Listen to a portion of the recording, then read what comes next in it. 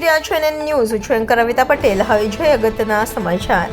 સુરતના સરથાણામાં પતરાના શેડમાં ચાલતું જાણીતી બ્રાન્ડેડ કંપનીનું ડુપ્લિકેશન કરાતું કારખાનું ઝડપાયું. સુરતમાં વાસણ, ટાઇલ્સ, બાથરૂમ ધોવા માટે લિક્વિડ બનાવતી બ્રાન્ડેડ કંપનીનો ડુપ્લિકેટ સામાન બનાવવા માટે સરથાણામાં પતરાના શેડમાં ચાલતું કારખાનું ઝડપાયું છે.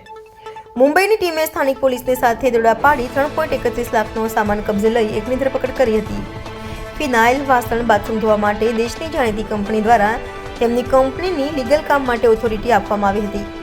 આ ફિનાઇલ કંપનીના નામ, સ્ટીકર અને કેનમાં હલકી ગુણવત્તાનો સામાન પેક કરી બજારમાં વેચવામાં આવતું હોવાની ફરિયાદ મળી હતી.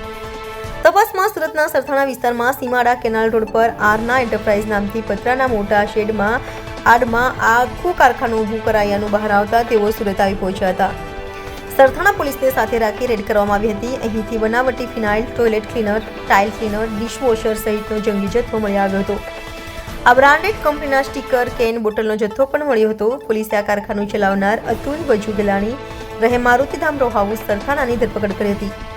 બ્રાન્ડેડ કંપનીના સ્ટીકર, બોટલ કઈ રીતે મેળવાતા હતા તે પણ તપાસનો વિષય બન્યો છે.